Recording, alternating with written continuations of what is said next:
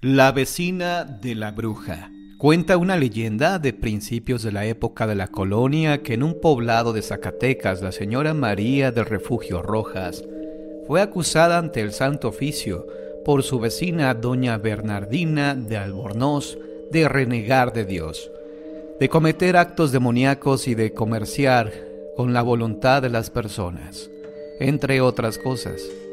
Declaró bajo juramento de verdad que María del Refugio le decía y quejábase constantemente de que siempre había sido despreciada por Dios y su misericordia, y por eso no sentía ningún tipo de remordimiento al blasfemar sobre él. En lugar de hacer como cualquier otra mujer de la época y vivir de lo que su marido le podía ofrecer, ella había aprendido las artes de las hierbas y los menjurjes de amor para luchar contra lo que Dios no había podido hacer bien, corresponder a amores desesperados. Así pues, doña María la hacía de Celestina entre los enamorados del lugar, y dicen, según cuentan los testigos anónimos, que para tal labor era un efecto muy diestra, y en cuanto a hacer hechicerías del corazón, era una de las mejores embaucadoras. Siempre que la vecina se asomaba a la casa de doña María, la veía desde lejos mezclando y buscando entre la estantería filtros y pócimas, ingredientes extraños y secos, que atesoraba como oro. Cierto es que ese era su tesoro, pues cobraba sus consultas y hechicerías a muy buen precio, y cuando la persona que requería su ayuda no tenía dinero, entonces ella le pedía un pago en especie. Lo cierto es que doña María jamás perdía dinero o trabajos, nunca regalaba nada y hasta llegaba a pedir animales o comida como pago. Dijo también doña Bernardina que a veces, cuando la espiaba de madrugada, la podía ver salir muy entrada la noche dirigiéndose camino del cementerio. Una vez fue tanta su curiosidad que la siguió hasta ahí y confesó que bajo la luz de la luna la encontró desenterrando una tumba.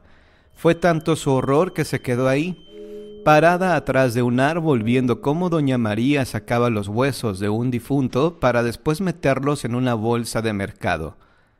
Volvió a enterrar los restos y se fue caminando a su casa, mientras doña Bernardina la seguía estupefacta.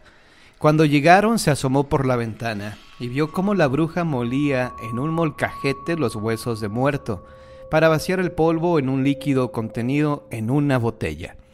Entonces, del asco que le dio en pensar que ese líquido era uno de sus remedios, se fue corriendo a su casa y, asustada, atrancó la puerta. Los días que sucedieron a ese hecho tan macabro, la vecina dijo que estuvo encerrada varios días y que no salía por miedo a que doña María supiera que la había estado espiando. Pero una vez que tomó fuerzas, fue corriendo al edificio de la Santa Inquisición a dar fe de las declaraciones que tenía para ellos sobre su vecina doña María la Bruja, quien una vez acusada fue recluida en los calabozos del Santo Oficio entre torturas indescriptibles para no ver la luz del día nunca más. Cuentan todavía los abuelos del pueblo esta historia y que la bruja regresa cada determinado tiempo para tomar venganza de aquella vecina que la delató, llevándose a alguno de sus descendientes. Al menos eso es lo que dicen todavía en ese pueblito, pero nadie ha investigado minuciosamente los hechos.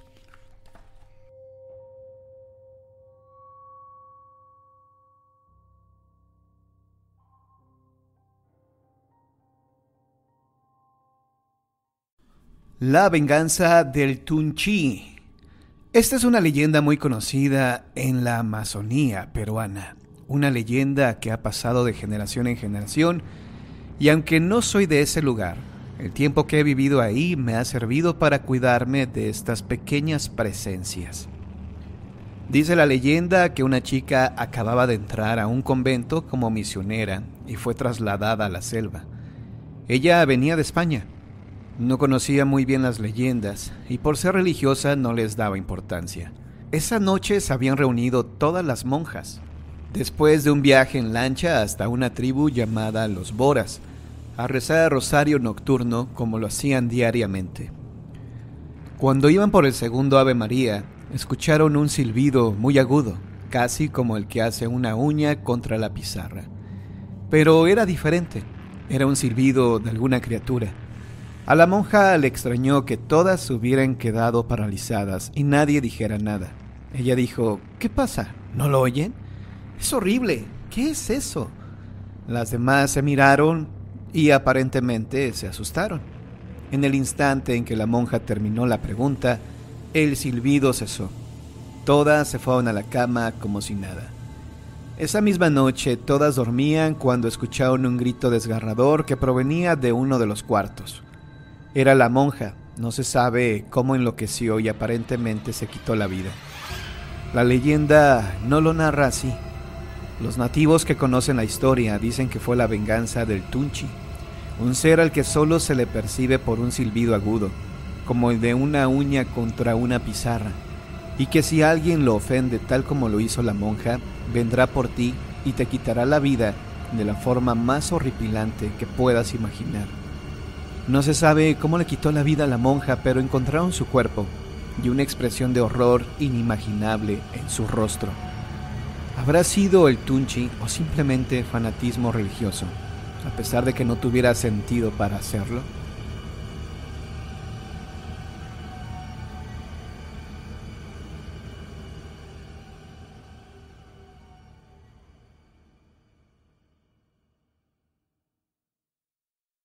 Las bolas de fuego. Las bolas de fuego. Las leyendas sobre brujas son muy comunes en los pueblos donde muy frecuentemente pasan cosas extrañas, aunque muchos dicen que las bolas de fuego son cosas de la naturaleza que proceden del espacio. Otros piensan que son brujas convertidas en bolas de lumbre que cruzan por el cielo de un lugar a otro para ir a reunirse con sus compañeras y festejar con el demonio. Se cuenta entre los campesinos de Hidalgo una leyenda sobre brujas, sobre cómo en las noches de luna llena se ven volando en el cielo esas enormes bolas de fuego que saltan velozmente de cerro en cerro, enredándose continuamente entre ellas. Dicen los campesinos que se debe a los ritos demoníacos, que siervas de Satán se están preparando para ir a chupar la sangre a los niños recién nacidos y después conjurar maldiciones y malignos hechizos sobre la gente del pueblo. Las madres de los niños, atemorizadas, corren a cerrar las ventanas y poner bajo los colchones unas tijeras abiertas para que las brujas no se acerquen por sus casas para hacer daño a sus familias. Según esta antigua leyenda, una de esas noches, un campesino humilde caminaba atravesando el cerro montando su caballo de la yunta. Era una de esas noches muy oscuras, de esas en las que uno extiende la mano y no alcanza a verla en la negrura. La luz de la luna no era suficiente para ver el escabroso terreno por donde el campesino iba pasando. Hacía mucho frío y el viento resonaba al chocar contra las ramas de los frondosos árboles. Repentinamente, delante de aquel hombre, pasó una de esas bolas de fuego asustando al caballo, que aterrado se levantó sobre las patas traseras. Derrumbó a su jinete y dando un fuerte relincho, se echó a correr sin importar que el hombre le llamara y chiflara. Se espantó tanto el animal que simplemente no regresó hacia el lugar, donde yacía en el suelo su dueño con una pierna lastimada. Sobreexaltado, el hombre se levantó como pudo y echó a caminar por el cerro sin parar, hasta que observó cómo el resplandor de la bola de fuego se detuvo entre la fronda de los árboles. De repente no pudo creer lo que salía de la floresta al ver que se trataba de una voluptuosa y linda mujer. Quedó como hipnotizado, parado frente a aquella beldad, escuchando su encantadora voz que canturreaba una dulce canción, mientras se acercaba despacio ante la atónita mirada del hombre. También él se fue acercando lentamente a la mujer y cuando alzó la mano para tomar su bello rostro, la mujer se convirtió en una liebre que se fue huyendo velozmente hacia los matorrales. En medio de todo ese desconcierto sintió como una huesuda y pesada mano se posaba sobre su hombro. En ese justo instante cayó desmayado al suelo, quizá del susto, quizá de la decepción. Cuando por fin despertó, se halló sentado justo en la punta de una gran roca, con la cara rasguñada y la ropa destrozada. Sin poder explicarse lo que había sucedido, echó un vistazo a su alrededor y cayó en la cuenta de que estaba muy lejos del camino por el que originalmente había llegado, Muy confundido caminó y caminó, tanto que parecía que entre más lo hacía, más lejos se ponía de aquel camino.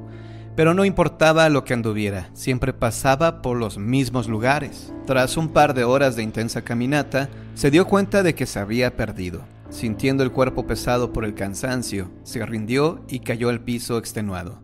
Cuando despertó, se halló de nuevo en la punta de aquella enorme roca. Mientras tanto, en el pueblo, sus familiares y amigos, preocupados, lo buscaban por todas partes sin dar con él por ningún lado.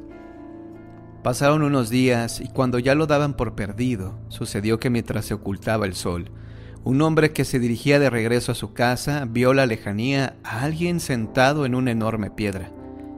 Entonces se acercó para ver su cara un poco más. Conforme se acercaba, reconoció a su vecino, que había estado perdido durante casi un largo mes. Una vez que estuvo junto a él, lo encontró sumido en una especie de sopor, y por más que trató de hacerlo hablar, el campesino no respondía nada. Así que lo llevó a su casa y después de unos días de estar al cuidado de su propia familia, por fin habló y les contó lo que le había sucedido. Todos supieron enseguida que una bruja lo había raptado y le había lanzado un hechizo. A partir de ese día, cada que el campesino recordaba la experiencia se santiguaba 3 veces y hasta dicen que se casó con una mujer muy fea para evitar cualquier recuerdo de aquella hermosa muchacha que un día vio.